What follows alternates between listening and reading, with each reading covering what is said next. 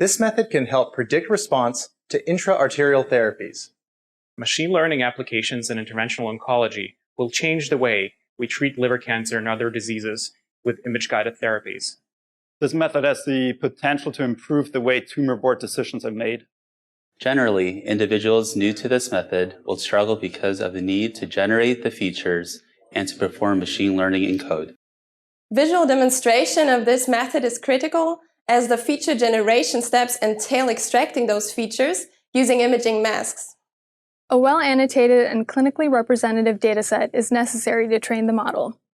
More patient data and large cohorts will be necessary to further improve such a machine learning algorithm.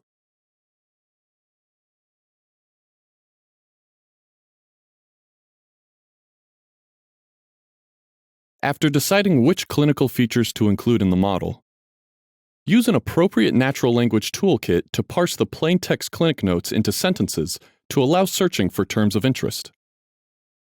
Then store each patient's features in a file with one feature per line.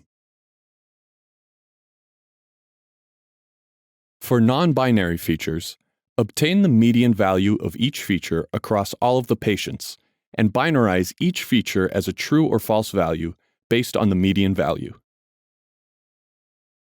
To calculate a mean liver enhancement feature from a medical image,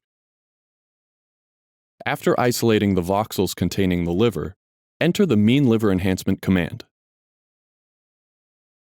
To determine the liver volume feature, enter the commands as indicated. Then calculate median values for each imaging feature and